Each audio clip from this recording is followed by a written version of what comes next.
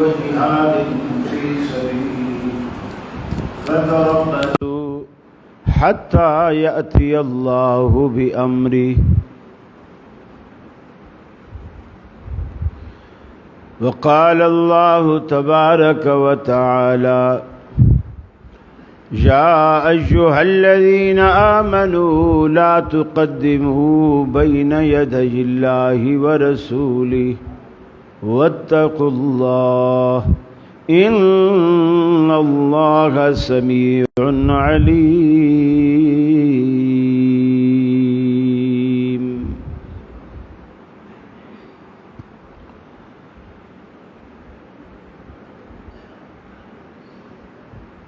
معزز علماء کرام،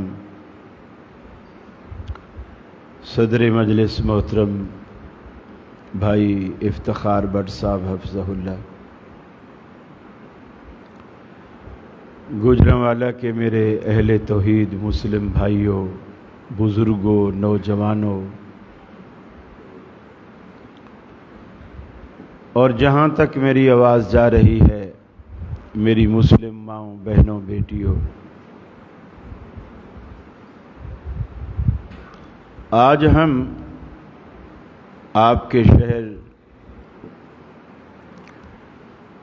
گوجرانوالا کے علاقہ کنال ویو میں جامع مسجد ابو بکر صدیق رضی اللہ تعالی عنہ کے نام سے اس مسجد میں ہم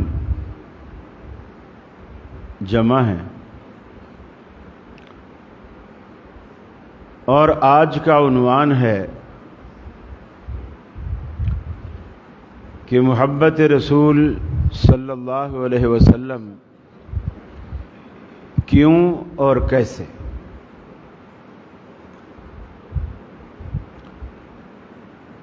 خاص کر فجر کے ٹائم الحمدللہ آپ کی یہاں اس مسجد میں حاضری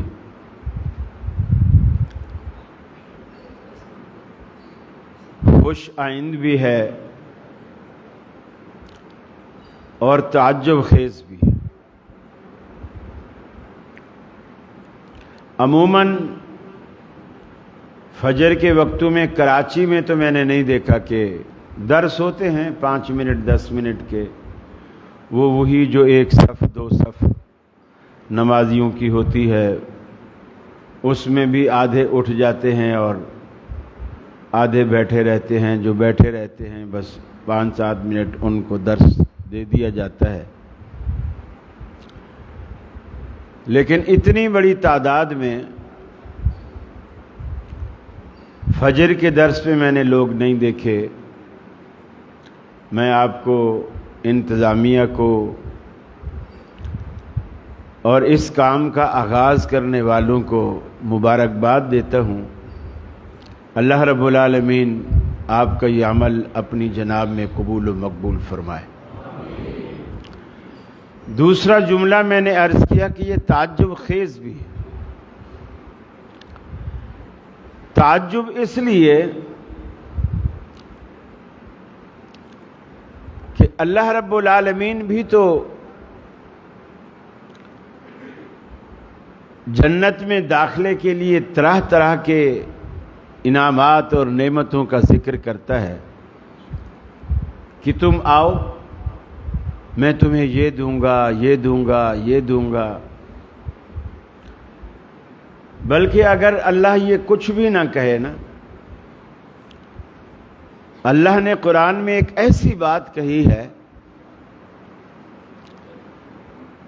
کہ وَلَكُمْ فِيهَا مَا تَشْتَهِي أَنفُسُكُمْ. بس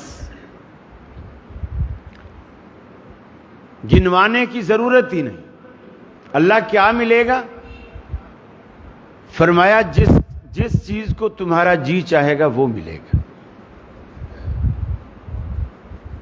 گھروں میں بچے ضد کرتے ہیں نا، اور سب کی پسند الگ الگ ہوتی ہے، ماں کو تنگ کرتے ہیں،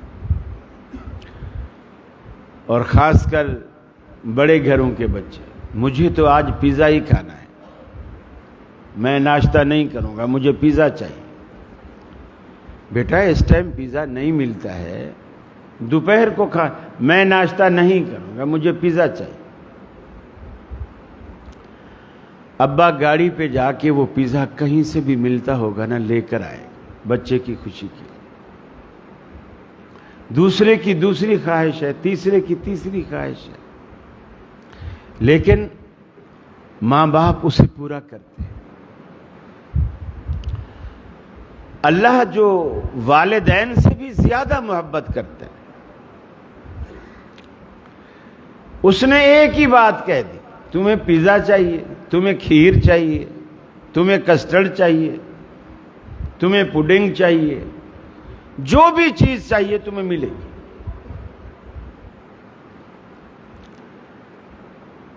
سید عطا اللہ شاہ بخاری رحمۃ اللہ علیہ قرآن کی یہی آیت پڑھ رہے تھے۔ میں چاہتا ہوں تھوڑا سا آپ جاگ بھی جائیں۔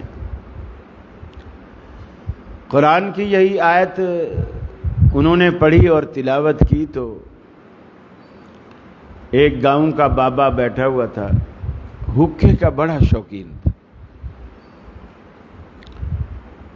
اس نے پوچھا، شاہ صاحب جنت میں حکا ملے گا؟ انہوں نے کہا، اگر تو حکا پیتے پیتے جنت میں چلا گیا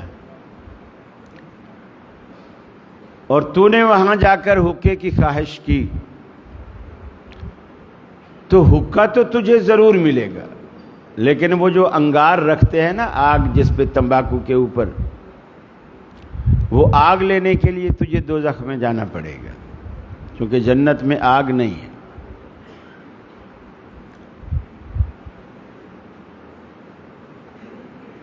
ہم نے تھوڑی سی انتظامیہ نے یہ کاوش کی، اور اچھی خوبصورت کاوش ہے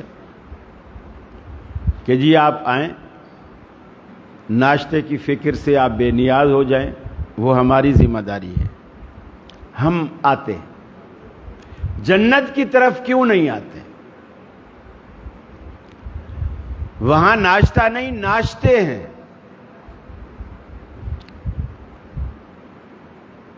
اور جو آپ چاہیں وہ ملے گا۔ آج آپ تہیہ کر لیں کہ یا اللہ، جس طرح ہم تیرے گھر میں آج صبح سویرے نیند بستر چھوڑ کر آئے جمع ہوئے، ہم تیری جنتوں کے لیے بھی ایسی ہی کوشش کریں گے انشاءاللہ۔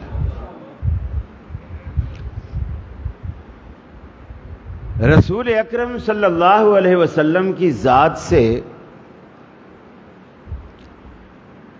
محبت کیوں کی جائے؟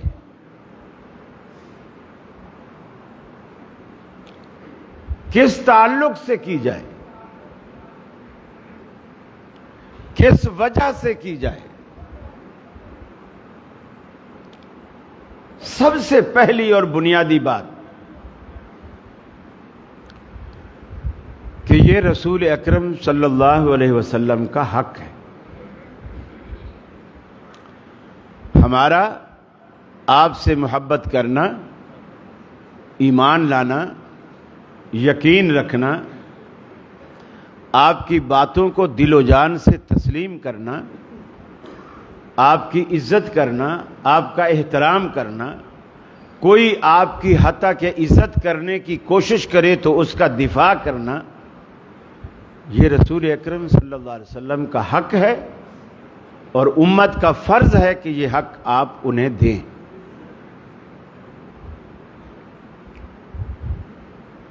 قرآن مجید کی جو آیت کریمہ میں نے آپ کے سامنے سورہ توبہ کی تلاوت کی ہے اور ایک سورہ احزاب سے، اللہ نے انسان کی دکھتی رگوں پہ ہاتھ رکھتے ہوئے 8 چیزیں گنوائیں، اور وہی 8 چیزیں تو اصل دنیا میں دل لگانے کا سبب ہے، آخرت کی طرف نہ جانے کا سبب بھی وہی 8 چیزیں کہ وہ ہمیں اتنی پیاری ہو چکی ہیں، اتنی محبوب ہیں ہماری نظر میں کہ آخرت کا تصور ہمارے دل میں یہ بات بٹھاتا ہے کہ اگر میں نے آخرت کی فکر کی، آخرت کی تیاری کی، آخرت میں جانے لگا تو یہ مجھے چھوڑنا پڑے گا۔ ظاہر بات ہے جو کچھ آخرت میں ملنے والا ہے وہ دنیا میں نہیں ہے۔ دنیا چھوڑ کے بندہ آخرت میں جائے گا۔ دنیا میں رہتے ہوئے ہم جنت میں نہیں جا سکتے۔ ہاں دنیا کو جنت بنا سکتے لیکن ویسی نہیں جیسے اللہ دینے والا ہے۔ پیسے سے آپ کچھ نہ کچھ کر لیں گے، بستر آپ کا نرم ہو جائے گا، گھر خوبصورت ہو جائے گا، سہولتیں زیادہ ہو جائیں گی، لیکن جو سہولت اللہ دینے والا ہے کہ آپ مرضی کے مالک ہوں گے۔ دنیا میں کوئی بندہ مرضی کا مالک نہیں ہے، وہاں آپ مرضی کے مالک ہو۔ حسرت نہیں ہے، کاش کا لفظ نہیں ہے جنت میں کہ کاش ایسا ہوتا۔ کوئی پھل بھی اگر اوپر لگا ہوا ہے نا، درخت ہے، اونچا ہے، خوبصورت پھل ہے، آپ تختے پہ بیٹھے ہوئے نیچے پلنگ تکیے لگا کے نوابوں کی طرح، چودھریوں کی طرح، سیٹھوں کی طرح، اس لیے کہ اب آپ کا ٹھاٹ باٹ ہے، اور آپ کے اس ٹھاٹ باٹ سے اللہ ناراض بھی نہیں ہو رہا، خوش ہو رہا ہے۔ آپ وہیں دیکھ رہے ہیں تکیے کا سہارا لیے نیم دراز ہیں، دل میں خیال آیا یار پھل تو اتنا خوبصورت ہے مگر اونچا ہے۔ آپ نے کسی سے کچھ نہیں کہا، دل میں خیال آیا۔ جنت کے ہر چیز ریموٹ کنٹرول ہے اور اس کا لنک آپ کے دل کے تصور سے دے دیا گیا ہے۔ آپ کے دل میں خیال آیا یار یہ تو اتنا اونچا ہے، میں اس کو کیسے کھاؤں گا؟ بس یہ خیال دل میں آنا تھا، وہ ٹہنی جھک کے آپ کے سامنے آ جائے گی۔ آپ پھل کو توڑیں گے، وہ ٹہنی واپس اوپر جائے گی، وہ پھل پھر لگ جائے گا۔ اس لیے کہ جنت میں کوئی چیز کم نہیں ہونی، سجاوٹ، بیوٹی بڑھے گی، کم نہیں ہوگی۔ آپ کی جوانی، آپ کی صحت، دنیا میں تو ہوتا ہے نا کہ بھئی کبھی نزلہ، کبھی زکام، کبھی کھانسی، کبھی ملیریا، کبھی ڈینگی، کبھی بخار، کبھی بیگم ناراض، کبھی بچے ناراض، کبھی ابا بچوں سے ناراض، پریشانیاں ہی پریشانی۔ جنت میں ایسا کچھ بھی نہیں۔ آپ جس عمر میں جنت میں داخل ہوں گے ساری زندگی آپ کی وہی عمر رہے گی، یعنی عمر آپ کی کنٹرول رہے گی، بڑھے گی نہیں۔ جتنی داڑھی، جتنی مونچھیں لے کر آپ جنت میں داخل ہوں گے ساری زندگی وہی رہے گی۔ کوئی اور قد آپ کے ماشاءاللہ 60 ہاتھ کے قد ہو جائیں گے حضرت آدم علیہ السلام کی طرح، یہ لمبے۔ اور جب سارے ایک جیسے ہوں گے، کوئی بھی بونا نہیں ہوگا اس میں، تو برا بھی نہیں لگے گا، سب کو اچھا لگے گا۔ اسی وجہ سے آپ کے محلات بھی بہت اونچے ہوں گے۔ یہ 10-12 فٹ کی چھتیں نہیں ہوں گی۔ ظاہر بات ہے جب مالک، گھر کا مالک اتنا بڑا ہوگا تو پھر اس کا گھر بھی تو اسی حساب سے ہوگا نا۔ فرمایا قُلْ إِنْ كَانَ آبَاؤُكُمْ وَأَبْنَاؤُكُمْ وَإِخْوَانُكُمْ، 8 چیزیں رب العالمین نے گنوائیں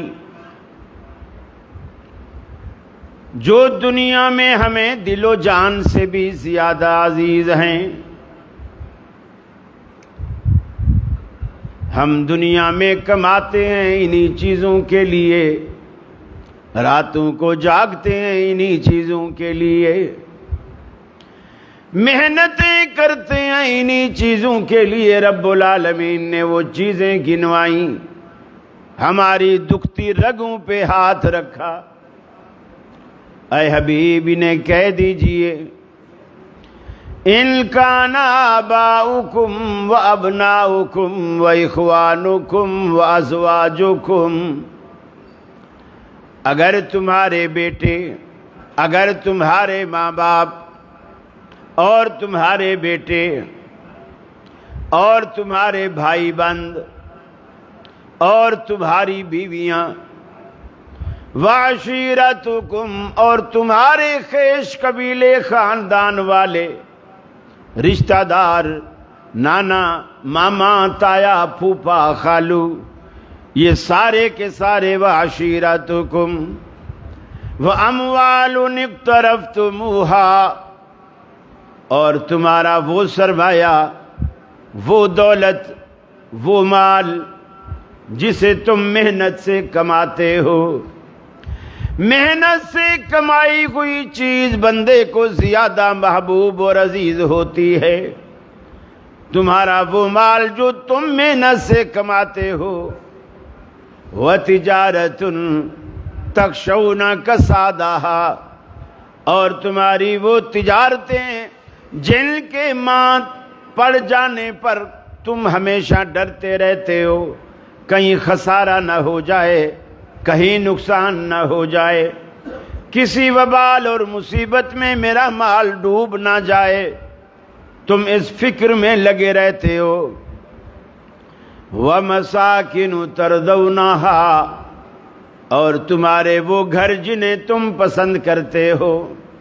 ارے گھر کچے بھی ہوں تو ہر بندے کو دیواروں سے بھی پیار ہو جاتا ہے۔ فرمایا وَمَسَاكِنُ تَرْضَوْنَهَا، تمہارے وہ گھر جن کو تم پسند کرتے ہو، دل و جان سے چاہتے ہو۔ احب الیکم، یہ 8 باتیں گنوانے کے بعد اگلی بات رب العالمین نے فرمائی، یہ 8 کی 8 چیزیں احب الیکم من اللہ ورسولہ وجہاد فی سبیلہ، 8 چیزوں کے مقابلے میں 3 چیزیں رب العالمین لایا۔ یہ 8 کی 8 چیزیں اگر تمہیں اللہ کی ذات سے، اللہ کے رسول کی ذات سے، وجہاد فی سبیلہ، اور اللہ کی راہ میں جہاد کرنے سے، ان 3 چیزوں سے یہ 8 چیزیں اگر تمہیں زیادہ پیاری ہیں، فتربصوا، پھر انتظار کرو، حتی یأتی اللہ بامرہ، یہاں تک کہ اللہ رب العالمین کا حکم آ جائے، یعنی یہاں تک کہ اللہ رب العالمین کا عذاب آ جائے۔ حالانکہ رب العالمین خود کہتا ہے کہ اپنی اولادوں سے پیار کرو، اللہ کے حبیب نے خود فرمایا چھوٹوں سے پیار کیا کرو، بڑوں کی تکریم کیا کرو۔ اولاد بھی اللہ رب العالمین کی طرف سے ایک نعمت ہے، اس کے باوجود رب العالمین نے قرآن میں پھر بھی فرمایا، مال سے متعلق بھی فرمایا کہ مال بھی ایک نعمت ہے، اس لیے کہ یہ تمہاری معیشت کو اونچا لے جانے کا ذریعہ ہے، تمہارے پاؤں پہ کھڑے ہونے کا ایک ذریعہ ہے۔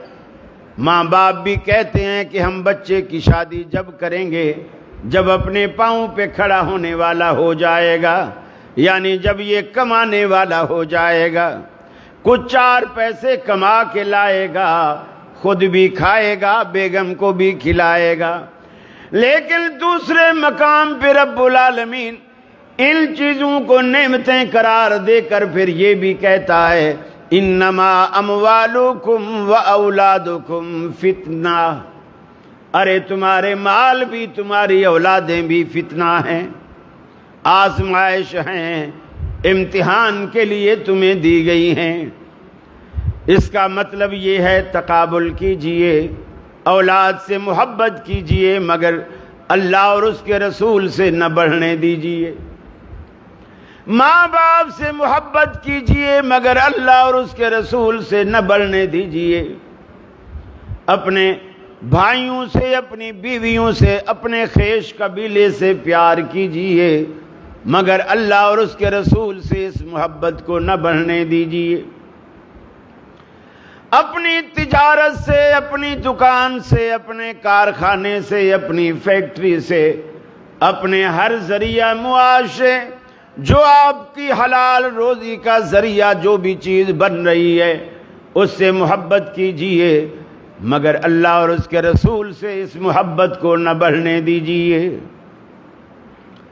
وَجِهَادٍ فِي سَبِيلِهِ، جہاں رب العالمین آپ سے آپ کا وقت مانگے، آپ کی جان مانگے، آپ کا جسم مانگے، آپ کا کمایا ہوا سرمایہ مانگے، وہاں آپ اس سے دریغ نہ کریں، فوراً لبیک کہیں، فوراً کہیں الہ العالمین دیا بھی تو نے ہے۔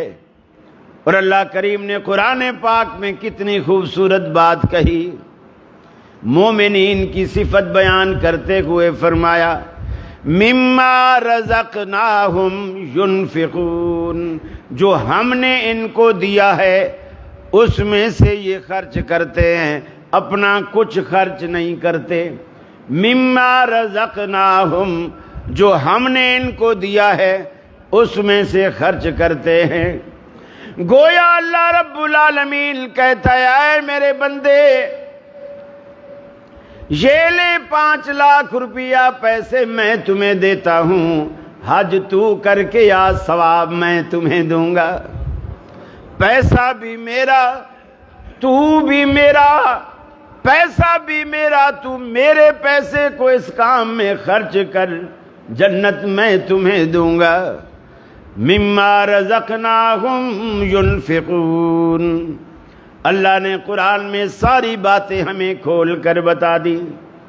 فتربصوا، اگر تم ان چیزوں کو اللہ کی محبت پر، اللہ کے رسول کی محبت پر اور جہاد فی سبیل اللہ پر اگر ان چیزوں کو ترجیح دیتے ہو، تمہاری اولاد آڑے آ جاتی ہے، ماں باپ آڑے آ جاتے ہیں، بیویاں آڑے آ جاتی ہیں، خیش قبیلہ آڑے آ جاتا ہے، تمہاری تجارتیں آڑے آ جاتی ہیں، تمہارے سرمائے آڑے آ جاتے ہیں، تمہارے گھر آڑے آ جاتے ہیں، تو پھر اللہ کے عذاب کا انتظار کرو۔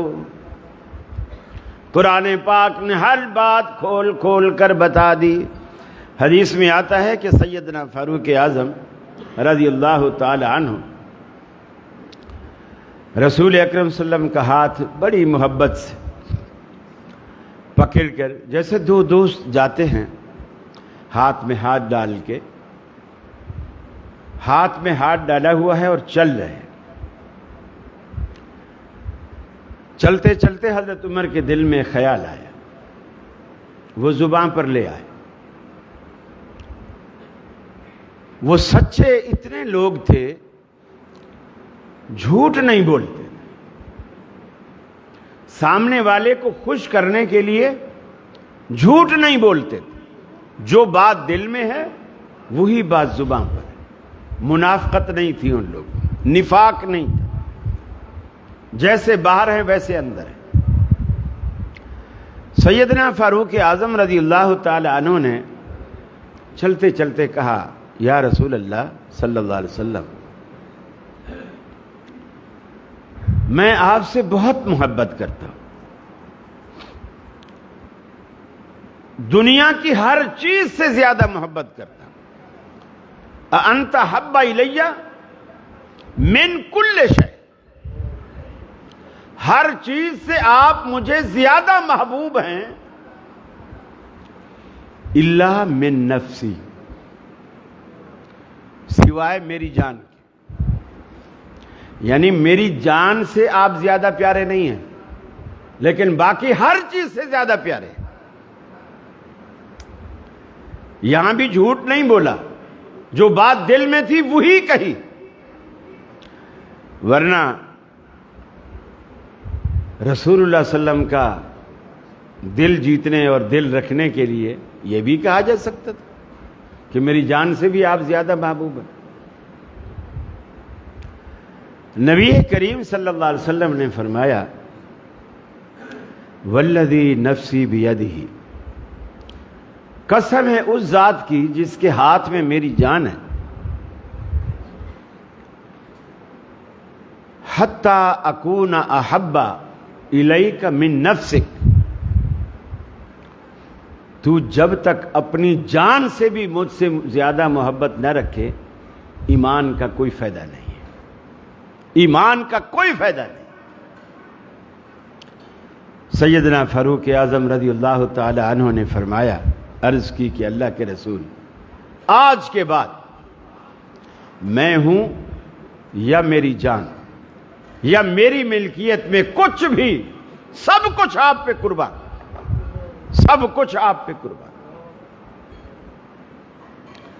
اور پھر ساری زندگی اس کو ثابت کیا، ساری زندگی اس کو ثابت کیا کہ میں ہر چیز سے زیادہ اللہ کے رسول سے محبت کرتا ہوں۔ ایک دن سیدنا فاروق اعظم مسجد میں آئے، مسجد صحابہ سے ایسے بھری پڑی ہے، لیکن سارے صحابہ غمگین بیٹھے، اداس بیٹھے، پریشان بیٹھے۔ حضرت عمر نے پوچھا کیا بات ہے، کیوں اداس بیٹھے؟ انہوں نے کہا تمہیں نہیں پتا؟ کہ نہیں مجھے تو نہیں پتا۔ کہا رسول اللہ صلی اللہ علیہ وسلم نے اپنی ساری بیویوں کو طلاق دے دی، اپنی ساری بیویوں کو طلاق دے دی۔ اس میں ابو بکر صدیق کی بیٹی بھی حضرت عائشہ شامل تھی، حضرت عمر کی بیٹی حضرت حفصہ بھی شامل تھی۔ اب ایک بات دیکھیے، مسجد بھری ہوئی کہتی ہے کہ اللہ کے رسول نے اپنی بیویوں کو طلاق دے دی ہے، حضرت عمر نے اس بات کو نہیں مانا۔ اتنی ساری گواہی ہے اور صحابہ کی گواہی ہے، معمولی آدمی کی نہیں، صحابہ کی گواہی۔ کہتے ہیں نہیں مجھے یقین نہیں ہے تمہاری بات پہ۔ فوراً مسجد سے باہر نکلتے ہیں، رسول اللہ صلی اللہ علیہ وسلم کے دروازے پر جا کے دستک دیتے ہیں۔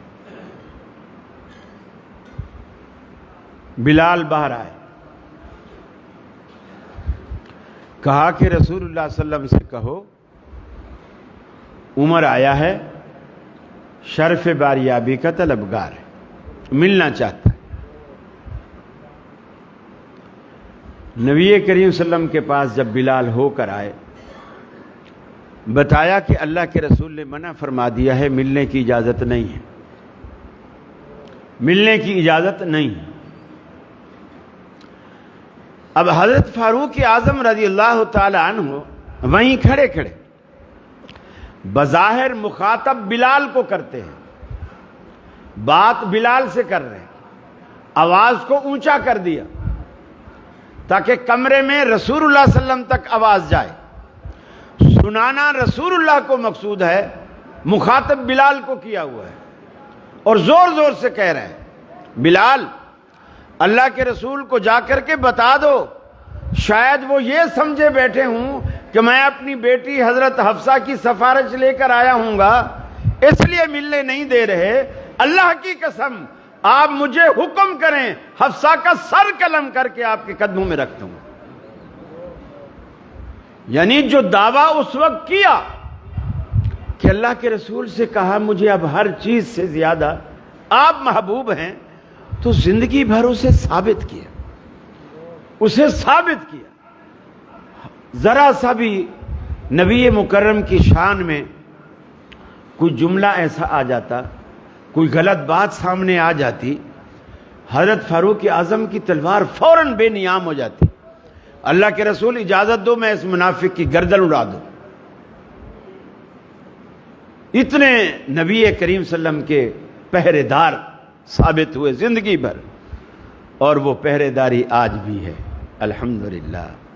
دونوں شیخین صدیق اکبر رضی اللہ تعالیٰ عنہ، فاروق اعظم رضی اللہ تعالیٰ عنہ، وہ محبتیں تھیں اللہ رب العالمین نے مرنے کے بعد بھی جگہ ان کے پیارے پیغمبر جناب محمد الرسول اللہ صلی اللہ علیہ وسلم کے پہلو میں دی۔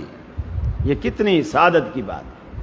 اور جگہ بھی وہ جس کو اللہ کے حبیب نے اپنی زندگی میں کہا تھا، ما بین بیتی و منبری روضۃ من ریاض الجنہ، یہ جو میرے گھر اور میرے منبر کے درمیان جتنی جگہ ہے یہ جنت کے باغوں میں سے ایک باغیچہ ہے۔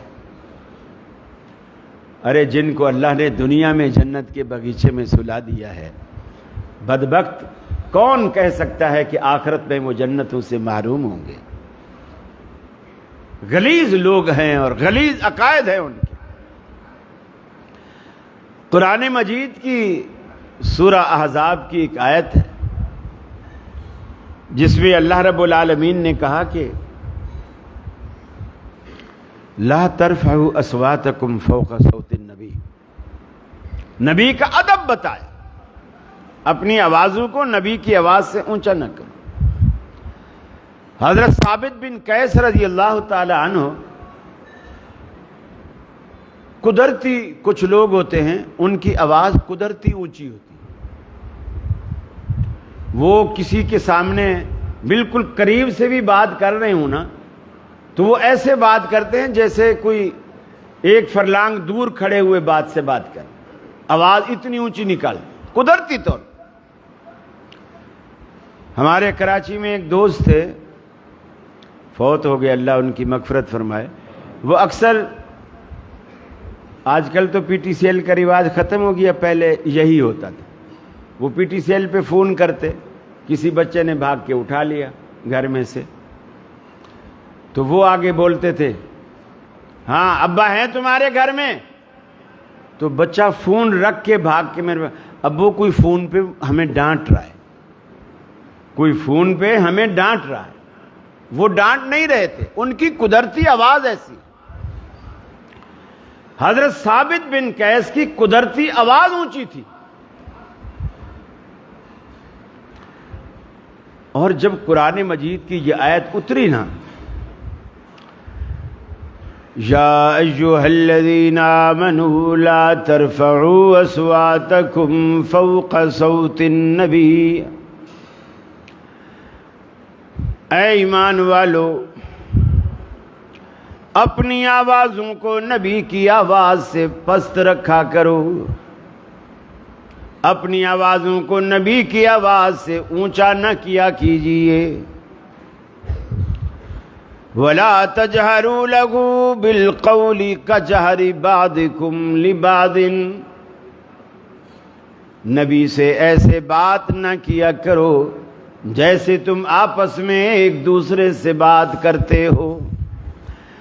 نبی کے مقام کو، نبی کے رتبے کو سامنے رکھ کر ان سے بات کیا کرو، اپنی آواز ہمیشہ نبی کی آواز سے نیچے رکھا کرو، ورنہ تمہارا کیا نقصان ہوگا، ان تحبط اعمالکم وانتم لا تشعرون، تمہاری زندگی کے سارے عمل برباد ہو جائیں گے اور تمہیں پتہ تک بھی نہیں چلے گا، تمہیں احساس بھی نہیں ہوگا، تمہیں شعور بھی نہیں ہوگا، تمہارے عمل غارت ہو جائیں گے۔ اس آیت کے نزول کے بعد آپ صلی اللہ علیہ وسلم نے محسوس کیا کہ مجھے کچھ دنوں سے ثابت بن قیس نظر نہیں آ رہا۔ اس سے یہ بھی ظاہر ہوتا ہے کہ رسول اکرم صلی اللہ علیہ وسلم اپنے ساتھیوں سے کتنی محبت کرتے تھے، کتنا خیال رکھتے تھے، اگر کوئی نظر نہیں آتا تو فکر مند ہو جاتے۔ ایک صحابی نے کہا یا رسول اللہ میں اجازت ہو تو پتہ کر کے آؤں؟ آپ نے فرمایا جاؤ۔ اس کا گھر کہیں مسجد نبوی کے قریب ہوگا، کچھ دیر بعد وہ آ گیا، کہا یا رسول اللہ وہ تو گھر میں مصلی ڈال کے بیٹھا روئے جا رہا۔ کیوں روئے جا رہا؟ بولے میں نے پوچھا ہے تو اس نے بتایا کہ قرآن پاک میں جو کہا ہے کہ تم اپنی آواز نبی کی آواز سے اونچی نہ کرو ورنہ تمہارے سارے عمل برباد ہو جائیں گے، میں تو اتنے سالوں سے اپنی آواز ہی کو نیچے نہیں کر سکا، میری تو آواز ہی اونچی ہے، میں تو ساری زندگی اونچا بولتا رہا ہوں اور نبی کے سامنے، تو میری تو ساری نیکیاں غارت ہو گئی، میرے پاس کیا بچا، میرے پلے کچھ نہیں رہا۔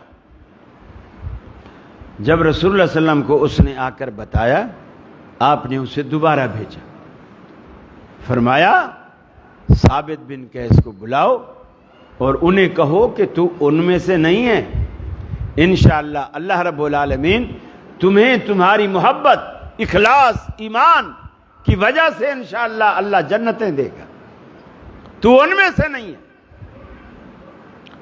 تو آج کتنے لوگ ہیں جو نبی کے محبت کا دم بھرتے ہیں، نام لیتے ہیں، اور اس حد تک اپنا انگوٹھا چوما، اپنے ہونٹوں سے چوما، اپنی آنکھوں پہ لگا دیا، نبی کی محبت ہے۔ یا آج غالباً 12 ربیع الاول ہے، آج کے دن وہ ادھم، وہ طوفان بدتمیزی برپا ہوگا نبی کے نام۔ پچھلے سال ملتان میں اسی دن، اسی تاریخ کو ایسے ہتھ کنڈے استعمال کیے گئے، جلوس نکالے گئے، ملتان کی کوئی خوبصورت ترین لڑکی ڈھونڈی گئی، اس کے دوپٹہ اتار کے، بال کھلے کر کے، میک اپ کرا کے اسے کسی چیز میں بٹھایا گیا، پھر اس کو سارے شہر میں جلوس کی شکل میں گھمایا گیا۔ کیا ہے یہ؟ حور ہے۔ جس چیز کو دیکھنے سے اللہ کے رسول نے آنکھوں کا زنا قرار دیا، تم اسے جنت کی حور قرار دیتے ہو، اور وہ بھی نبی کے ولادت والے دن پر۔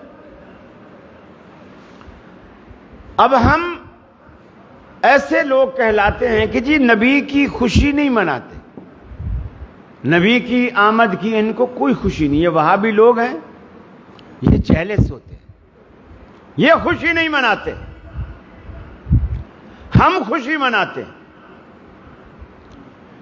اہل حدیث کی محبت میں اور دوسروں کے دعوے میں زمین آسمان کا فرق ہے۔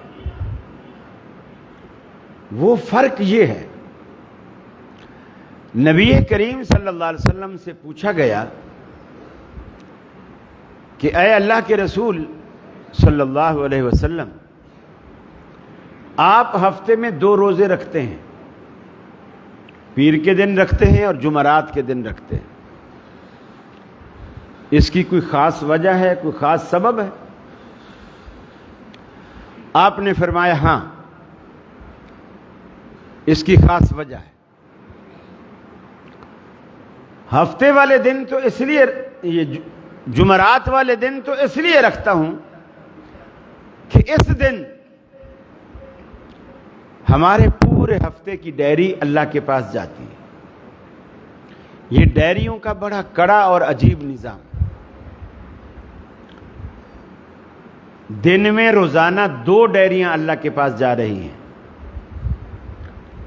ہماری کارگزاری کی، کیا کمایا، کیا کھایا، کیا پیا، کیا پہنا، کیا کہا، کیا سنا، کہاں گئے، کہاں نہیں گئے، کہاں جانا تھا نہیں گئے، کہاں نہیں جانا تھا چلے گئے، عصر کو اور فجر کو۔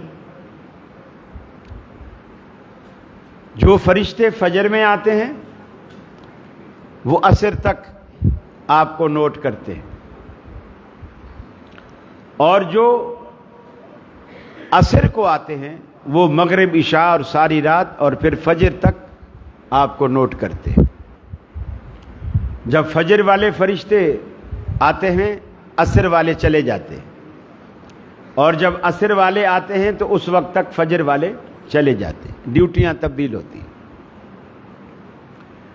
ایک کرامن کاتبین ہے جو ہمارے کندھوں پہ بیٹھے، ہم جب سے بالغ ہوئے، سمجھدار ہوئے، یہ ہماری ہسٹری لکھ رہے ہیں۔ کچھ بھی تو نہیں چھوڑتے. ما یلفظ من قول الا لدیہ رقیب عتید.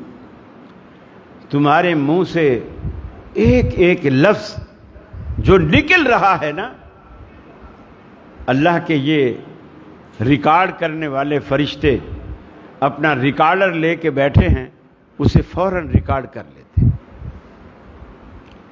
یہ جب ہم مریں گے یہ ڈائری اس وقت جائے گی. ایک سالانہ ڈائری جو شب قدر میں اللہ کے پاس جاتی،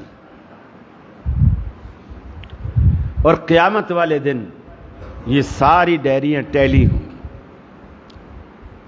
اور پھر ایک رجسٹر کی شکل میں ان کا اندراج ہو رہا ہے، جو قیامت والے دن ان ساری ڈائریوں کی روشنی میں تیار ہونے والا رجسٹر اللہ کھول کے ہمارے سامنے رکھ دے گا.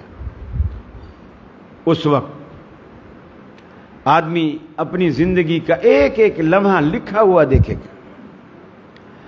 آپ نے فرمایا ہفتے پیر کا جو جمعرات کا جو روزہ ہے اس لیے رکھتا ہوں کہ ہفتہ واری ڈائری اللہ کے پاس جاتی ہے، اور میں یہ چاہتا ہوں کہ جب میری ڈائری جائے تو اس میں لکھا ہوا ہو کہ محمد صلی اللہ علیہ وسلم آج روزے سے ہیں. اس میں لکھا ہوا ہو کہ آج میں روزے سے ہوں. اللہ کے رسول پیر کا روزہ، آپ نے فرمایا یوم ولدت فیہ، اس دن میں پیدا ہوا اس لیے یہ روزہ رکھتا ہوں. یوم ولدت فیہ، میں اس دن پیدا ہوں. اب رسول اللہ صلی اللہ علیہ وسلم نے سال بھی یاد نہیں رکھا، ربیع الاول مہینہ بھی یاد نہیں رکھا، دن یاد رکھا جو مہینے میں کم از کم 4 دفعہ تو آتا ہے، کبھی کبھی 5 دفعہ بھی آتا ہے، 4 دفعہ تو لازماً آتا ہے. اب جو بات میں سمجھانا چاہتا ہوں آپ کو، صحابہ کرام کو جب اس بات کا پتہ لگ گیا تو سارے صحابہ یہ کام کرنے لگ گئے. پیر کا روزہ اور جمعرات کا روزہ. چلو جمعرات کا تو سمجھ میں آتا ہے، لیکن پیر کا سمجھ میں نہیں آتا، کیونکہ آپ نے فرما دیا کہ اس دن میں پیدا ہوا اس لیے روزہ رکھتا ہوں. تو سارے صحابہ تو پیر کو پیدا نہیں ہوئے تھے نا. سمجھ میں آ رہی ہے بات؟ کوئی جمعرات کو پیدا ہوا ہوگا، کوئی جمعے کو، کوئی منگل کو، کوئی بدھ کو، لیکن صحابہ سارے پیر کا روزہ رکھتے ہیں، اپنی پیدائش والے دن کا نہیں رکھتے. حالانکہ یہ بھی ایک لاجک نکالی جا سکتی تھی کہ اللہ کے رسول اپنی پیدائش کے دن پہ روزہ رکھتے ہیں تو ہم بھی اپنی پیدائش کے دن پہ روزہ رکھیں گے. یہ بھی سنت سے مخالف نہیں تھا، لیکن صحابہ کی محبت نبی سے اتنی تھی وہ اپنی پیدائش کے دن کو بھول گئے کہ میرے نبی نے جو پیر کا روزہ رکھا ہے لہٰذا ہم بھی پیر ہی کا روزہ رکھیں. یہ صحابہ کی محبت. پھر آج جو جھنڈیاں نہ لگائے، کمکمے نہ لگائے، رنگ برنگی لائٹیں نہ لگائے، کہتے ہیں جی اسے نبی کی ولادت پر خوشی نہیں ہوئی، یہ گویا اس دن کو عید کا دن نہیں سمجھتے ہیں. میرے بھائی، رسول اللہ صلی اللہ علیہ وسلم نے اپنے عمل سے ثابت کر دیا کہ یہ دن عید کا دن نہیں ہے. مجھے بتائیے عید کے دن روزہ رکھنا جائز ہے ناجائز ہے؟ حلال ہے کہ حرام ہے؟ حرام ہے. اور نبی مکرم نے اپنی پیدائش والے دن روزہ رکھا، اور عید والے دن روزہ رکھنا حرام ہے. گویا آپ اپنی امت کو یہ بتا دیا کہ اسے کچھ بھی نام دو، کم از کم یہ عید کا دن نہیں ہے، یہ عید کا دن نہیں ہے. اگر یہ عید کا دن ہوتا تو رسول اللہ صلی اللہ علیہ وسلم روزہ نہ رکھتے. فرمایا یا ایھا الذین آمنوا لا تقدموا بین یدی اللہ ورسولہ، اے ایمان والو اللہ اور اس کے رسول سے آگے نکلنے کی کوشش مت کرو، وہی کام کرو جو رسول اللہ نے کیے۔ دنیا میں اگر کوئی نیکی رسول اللہ صلی اللہ علیہ وسلم نے چھوڑ دی تو وہ نیکی نہیں، جو کام آپ نے کر لیا وہ گناہ نہیں۔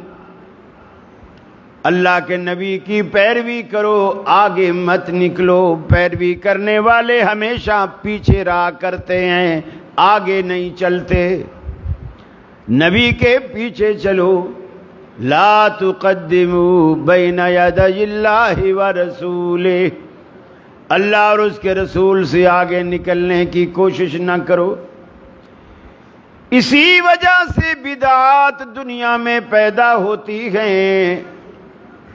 میاں اس میں حرج کیا ہے؟ کر لینے میں برائی کیا ہے؟ مانا کہ صحابہ نے قبر پہ اذان نہیں دی، اگر ہم دے دیں تو اذان ہی تو ہے، کسی کو گالی تو نہیں دی۔ مولوی صاحب کے سامنے تھال رکھا گیا، مولوی صاحب نے ختم شریف پڑھا، وہابی کہتے ہیں حرام ہے۔ ارے کیسے حرام ہے؟ ہم نے تو قرآن پڑھا ہے، قرآن پڑھا ہے، کوئی تورات انجیل یا ہندوؤں کی کوئی کتاب تو نہیں پڑھی۔ قرآن پڑھنے سے وہ چیز کیسے حرام ہو گئی؟ اللہ رب العالمین فرماتا ہے لا تقدموا بین یدی اللہ ورسولہ، قرآن نے اسے حرام نہیں کیا، نبی سے آگے بڑھنے نے اسے حرام کر دیا۔ تم نبی سے آگے بڑھ رہے ہو، نبی کے سامنے بھی کھانا رکھا جاتا، آپ بسم اللہ پڑھ کر دائیں ہاتھ سے تناول فرماتے، کبھی آپ نے کوئی سورت اس کھانے پر تلاوت نہیں فرمائی۔ آج کتنے لوگ اس میں بہتے چلے گئے، راکیوں نے بھی ملک کا بیڑا غرق کر کے رکھ دیا، بوتلوں میں گلاسوں میں یہ پھونک وہ پھونک، یہ ہو جائے تو یہ پڑھ کے پھونکو، وہ ہو جائے تو وہ پڑھ کے پھونکو۔ نبی کریم نے پوری زندگی، پوری کی پوری زندگی کھانے کی کسی چیز پر آپ نے کبھی پڑھ کر کچھ نہیں پھونکا۔ اگر آپ نے دم بھی کیا تو ہمیشہ مریض پر کیا۔ صحابہ بوتلیں لے کر نہیں آیا کرتے تھے، دھاگے لے کر نہیں آیا کرتے تھے۔ آج دنیا میں اہل حدیث کہلانا بڑا آسان ہے، بننا بڑا مشکل ہے، ہونا بڑا مشکل ہے۔ بنتے ہو وفادار، وفا کر کے دکھاؤ، کہنے کی وفا اور ہے، کرنے کی وفا اور۔ اس دگلے پن کو چھوڑ دیجئے، اللہ سے سچی محبت کیجئے، رسول اللہ سے سچی محبت کیجئے۔ بلکہ ترمذی میں اللہ کے رسول نے فرمایا، دو چیزوں سے منع فرمایا، نفخ سے بھی اور تنفس سے بھی۔ ایک نفخ، ایک تنفس۔ نفخ یہ ہوتا ہے کہ آپ ایسے پھونک مارتے ہیں کسی چیز میں، جیسے آپ نے دیکھا ہوگا ہوٹلوں پہ بہت سارے لوگ چائے پی رہے ہوتے ہیں، چائے والے ایک سوسر پرچ بھی دیتے ہیں، کپ بھی دیتے ہیں، تو وہ جلدی کے چکر میں پرچ میں ڈال کے پھر پہلے 2-3 پھونکے مارتے ہیں، پھر پیتے۔ یہ شرعاً حرام ہے۔ اس پھونک سے بھی منع کیا، چاہے پڑی ہوئی ہو چاہے بغیر پڑی ہو۔ دوسرا تلفظ سے، نفس سے منع کیا، نون فے سین، وہ ہے سانس لینا، پھونک فو اور وہ ہا، یہ جو سانس لینا ہے۔ جس طرح بچے آپ نے دیکھا ہوگا پانی پئیں گے نا، اب ظاہر بات ہے وہ پانی پی رہے ہیں، سانس بھی آ رہا ہے، لیکن گلاس نہیں ہٹا رہے، اسی میں سانس لیتے رہیں گے۔ سانس لیں گے، پانی کو روک دیں گے، لیکن گلاس کو نہیں ہٹائیں گے۔ اسی برتن کے اندر ہی سانس لیتے رہے. اللہ کے حبیب نے دونوں چیزوں سے منع فرمایا, تنفس سے بھی اور نفخ سے بھی. تو میرے بھائی, جب اللہ کے رسول کی محبت کا دم بھرتے ہیں تو اس کا تقاضا ہے کہ ہم ویسی محبت کریں جیسے صحابہ کرام نے آپ سے محبت کر کے دکھائی ہے. یہ دوسرا سوال تھا کہ ہم محبت کیسے کریں جیسے صحابہ نے کر کے دکھائی. حضرت سالم رضی اللہ تعالی عنہ, یہ کتنی دیر کا ہوتا ہے جی؟ مجھے آپ کی بات پہ یقین نہیں. ہاں جی, 1.25 گھنٹہ یعنی 7:30 تک. کہیں ایسا نہ ہو نا پھر حلوہ نہ ٹھنڈا ہو جائے. یہ بات ہے, پھر مجھے مزہ نہیں آئے گا نا کھانے میں. جی, حضرت سالم رضی اللہ تعالی عنہ یہ حضرت عمر کے پوتے ہیں. حضرت عمر کے ایک بیٹے تھے عبداللہ بن عمر, یہ ان کے بیٹے ہیں حضرت سالم. حضرت عائشہ کے پاس آتے, پوچھتے امی جان ایک مسئلہ بتاؤ کہ احرام باندھنے سے پہلے جب آدمی غسل کرتا ہے تو اس سے پہلے خوشبو لگا سکتا ہے؟ نہانے سے پہلے, نہانے سے پہلے لگائے خوشبو, پھر نہا لے تو جسم میں تھوڑی تھوڑی اس کے اثرات رہتے ہیں اور خوشبو رہتی ہے. حضرت عائشہ نے کہا ہاں لگا سکتا. انہوں نے کہا حضرت سالم نے کہ میرے ابا یعنی عبداللہ بن عمر رضی اللہ تعالیٰ عنہ وہ اس سے سختی سے منع کرتے ہیں. وہ کہتے ہیں کہ خوشبو نہیں لگا سکتے غسل سے پہلے, کیونکہ غسل کے بعد اس کی کچھ مہک رہتی ہے, لہذا وہ نہیں لگا سکتا احرام باندھنے والا. سیدہ عائشہ فرماتی ہیں رسول اللہ صلی اللہ علیہ وسلم نے جب احرام باندھا, احرام سے پہلے آپ نے غسل فرمایا, میں نے اپنے ہاتھوں سے رسول اللہ صلی اللہ علیہ وسلم کو خوشبو لگائی. وہ پھر کہنے لگا امی جان ابا منع کرتے ہیں, عبداللہ منع کرتے ہیں. سیدہ عائشہ نے فرمایا سالم میں تجھے رسول اللہ صلی اللہ علیہ وسلم کا عمل بتا رہی ہوں اور تو اپنے ابا کا عمل پیش کرتا ہے, یا ان کا قول پیش کرتا ہے, یا ان کا فتویٰ پیش کرتا ہے. حضرت عائشہ نے صحابی رسول کا فتویٰ رد کیا, کس کے مقابلے میں؟ رسول اللہ صلی اللہ علیہ وسلم کے اپنے عمل کے مقابلے. اور یہاں آج دنیا نبی کی حدیث کو رد کرتے ہیں, کس کے مقابلے میں؟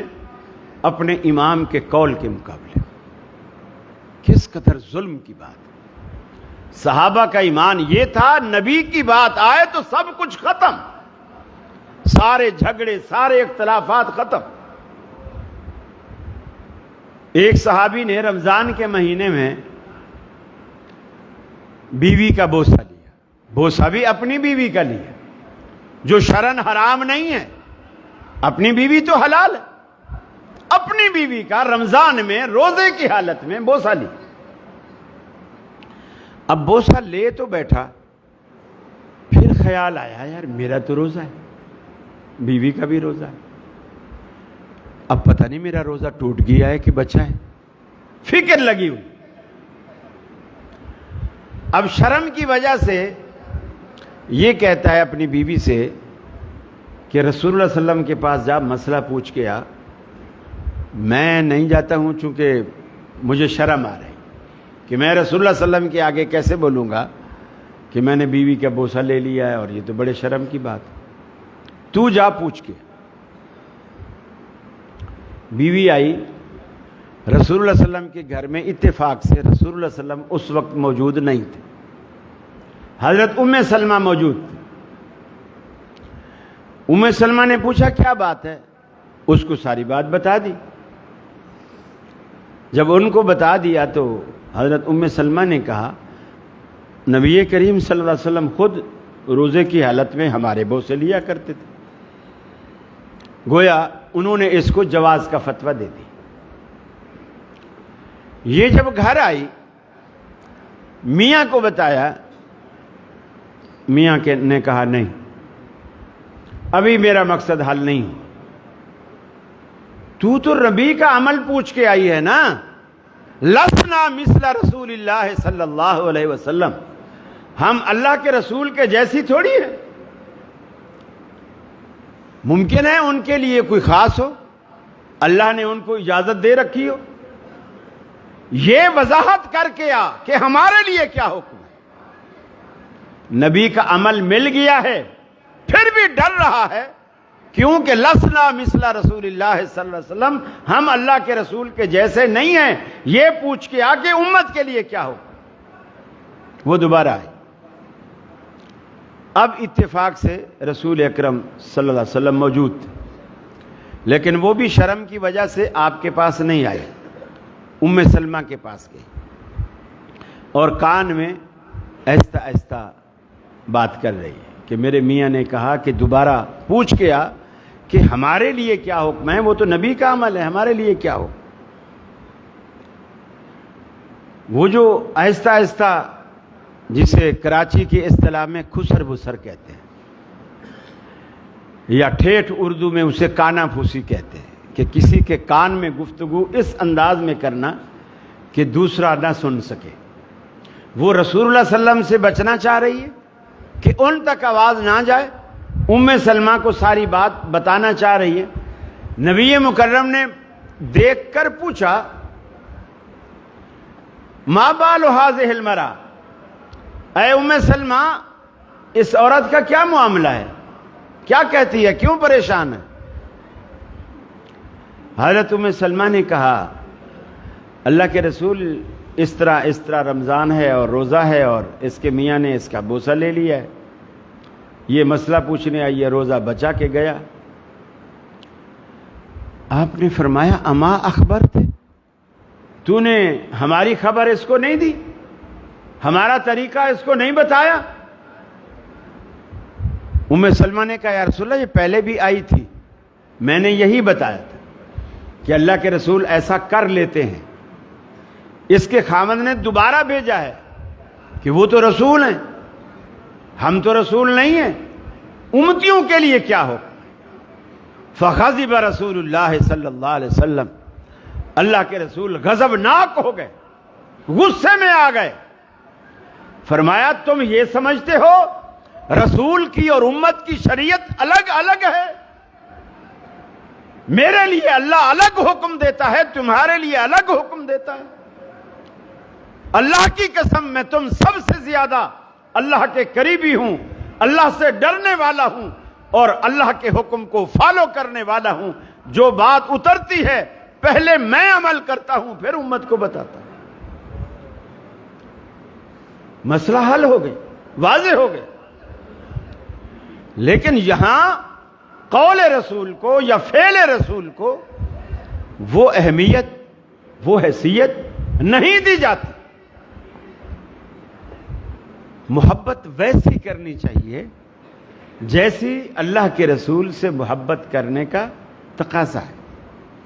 اور وہ کیسا ہے آپ نے اپنے الفاظ میں اس کو یوں بھی بیان فرمایا۔ ہمارے لوگ تو آپ کی ذات سے پیار کرتے ہیں، آپ کی ذات پہ میں قربان جاؤں۔ ساری رات، یہ جو رات گزری ہے نا، لوگوں نے نعتیں پڑھی، قوالیاں پڑھی، ڈھول ڈھبکے، یہ وہ سب کچھ ہوا۔ ہمارے علماء بھی تعریفیں کرنے پہ آئیں گے، آسمان زمین کے کلابے ملا دیں گے۔ واللیل کا ترجمہ کریں گے نبی کی زلفیں، والضحیٰ کا ترجمہ کریں گے نبی کا مکھڑا، یاسین کا ترجمہ کریں گے نبی کا صحرا، طٰہٰ کا ترجمہ کریں گے نبی کا تاج۔ یہ کس مفسر نے یہ تفسیر کی ہے حروف مقطعات کی؟ یہ کس نے کہا؟ اور پورے قرآن میں اللہ رب العالمین نے ایک مرتبہ بھی نبی کے حلیے کی تعریف نہیں کی، پورے قرآن میں، کہ آپ کا قد لمبا تھا، آپ کا رنگ گورا تھا، آپ کے ہونٹ گلابی تھے، آپ کی ناک کھڑی تھی، آپ کی آنکھیں موٹی تھی، آپ کی زلفیں سیاہ تھیں۔ پورے قرآن نے آپ کے دانت موتیوں کی طرح چمکتے تھے، پورے قرآن نے کسی ایک چیز کی تعریف نہیں کی، کیونکہ یہ چیز تو اللہ نے خود بنائی ہے نا۔ ہاں، قرآن نے جو تعریف کی ہے وہ نبی کی زندگی کی تعریف کی، کیونکہ زندگی جو آپ نے گزاری ہے، جو آپ کی سیرت النبی کا مطلب ہوتا ہے زندگی گزارنے کا نبوی سلیقہ۔ نبی کریم نے اپنی زندگی کو کیسے گزارا، یہ سیرت ہے نبی مکرم صلی اللہ علیہ وسلم کی، اس کی قرآن نے تعریف کی ہے جگہ جگہ، نبی کی سیرت کی، نبی کی زندگی کی، اور یہی ہمارے لیے حکم۔ اور اللہ کے رسول نے بھی فرمایا من احب سنتی فقد احبنی ومن احبنی کان معی فی الجنہ، مجھ سے وہی پیار کرتا ہے جو میری سنت سے پیار کرتا ہے، جس نے میری سنت سے پیار کیا اس نے گویا مجھ سے پیار کیا۔ وَمَنْ أَحَبَّنِي كَانَ مَعِيَ فِي الْجَنَّةِ، مجھ سے محبت کرنے والوں تمہیں یہ فائدہ ہوگا کہ رب العالمین جنتوں میں تمہیں میرا ساتھ نصیب کرے گا۔ اگر آپ کو جنتوں میں اللہ کے رسول کا ساتھ چاہیے، میرے مسلمان بھائیوں، اپنے چہروں کو اللہ کے رسول کی سنت سے سجا لیجئے، اللہ کے رسول کی سنت سے اپنے چہروں کو مزین کیجئے، کیونکہ اللہ کے رسول کا وعدہ ہے من احب سنتی فقد احبنی، جو میری سنتوں سے پیار کرے گا وہی گویا مجھ سے پیار مانا جائے گا۔ اس پیار کا تمہیں یہ فائدہ ہوگا، جنتوں میں میں تمہیں اپنے ساتھ لے کر چلوں گا۔ صحابہ تڑپا کرتے تھے، اللہ کے رسول دنیا میں روز ہم آپ سے ملتے ہیں، کبھی آپ کو وضو کرواتے ہیں، کبھی آپ کے پیچھے نماز پڑھتے ہیں، آپ کی زیارت ہو جاتی ہے۔ جنتوں میں آپ کا رتبہ بڑا اونچا ہوگا، آپ کا محل بڑا اونچا ہوگا، ہم تو اتنے اونچے نہیں ہوں گے، ہم تو نیچے ہوں گے۔ آپ کو دیکھنے کا دل کرے گا، ملنے کا دل کرے گا، کیسے ملیں گے؟ دیکھو صحابہ کی تمنا، دیکھو آرزو، دیکھو دنیا تو ان کے آگے گویا مچھر کے پر کے برابر بھی اس کی کوئی حیثیت نہیں، آخرت کے مقابلے میں۔ حضرت عوف بن مالک رضی اللہ تعالی عنہ ایک جنازے میں کھڑے ہوئے، پہلی صف، رسول اللہ نے جنازہ پڑھایا، کسی صحابی کا جنازہ ہے۔ عوف بن مالک کہتے ہیں کہ میں نے جنازے میں دو کام کیے، دو کام۔ ایک کام تو یہ کیا کہ جب رسول اللہ صلی اللہ علیہ وسلم دل کی گہرائی سے رو رو کر اس صحابی کے لیے مغفرت کی دعائیں کر رہے تھے، میرے دل میں جنازے کے اندر یہ تڑپ پیدا ہو گئی، کاش اس میت کی جگہ میری میت ہوتی۔ حالانکہ زندگی کس کو عزیز نہیں ہے، لیکن اس صحابی نے یہ دیکھا کہ اللہ کے رسول جس طرح دعائیں کر رہے ہیں نا، یہ بندہ بخشا ہی جائے گا۔ اور آج جنازے دیکھ لو، 2 منٹ 1.5 منٹ مشکل سے لگتا ہے۔ اہل حدیثوں کو تو پھر بھی اللہ نے توفیق دی ہے کچھ دعائیں پڑھنے کی، ان کو تو یہ بھی دعا نہیں ہے، یہ بھی نصیب نہیں ہے۔ 1.5 منٹ میں جنازے ختم ہو جاتے ہیں، اللہ اکبر اللہ اکبر۔ دوسری چیز، عوف بن مالک کہتے ہیں میں نے جنازے میں کھڑے کھڑے جو دوسرا کام کیا وہ یہ کیا، حفظت من دعائہ، اللہ کے رسول جو دعائیں پڑھ رہے تھے میں نے یاد کر لی۔ اب اس کا کیا مطلب ہے؟ ایمانداری سے بتائیے. اللہ کے رسول جو دعائیں پڑھ رہے تھے میں نے یاد کر لی، اس کا کیا مطلب ہے؟ جی، اللہ کے رسول نماز جنازہ بلند آواز سے پڑھا، وہ سنا ہے تو یاد کیا ہے نا. نبی کی دعاؤں کو سنا ہے تو یاد کیا ہے. حفظت من دعائی. میرے بھائیوں، اپنے جنازے بھی نبی کی سنت اور طریقے کے مطابق کرو، اپنے مردوں کا حق ادا کرو. یہ میت کا حق ہے کہ آپ اسے دعاؤں کے ساتھ رخصت کریں. اور نبی رحمت صلی اللہ علیہ وسلم نے زندگی کے ہر فیلڈ میں اپنی رہنمائی چھوڑی ہے. اللہ سے دعا ہے اللہ رب العالمین مجھے بھی اور آپ کو بھی عمل کی توفیق عطا فرمائے، ہمیں نبی مکرم کا متبع بنائے، آپ کی سنتوں سے پیار کرنے والا بنائے. اور صحابہ کرام، ہم صحابی تو نہیں بن سکتے لیکن صحابہ کرام جیسے جذبات اللہ رب العالمین ہم میں بھی پیدا فرمائے. وآخر دعوانا ان الحمد للہ رب العالمین.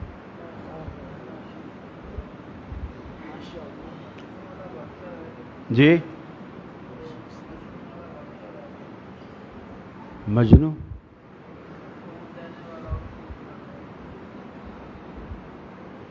چلو اگلے سال ہے انشاءاللہ.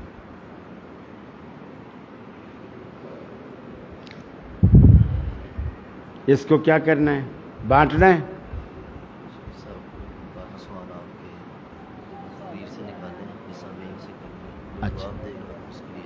اچھا، اور اگر کئی لوگ ایک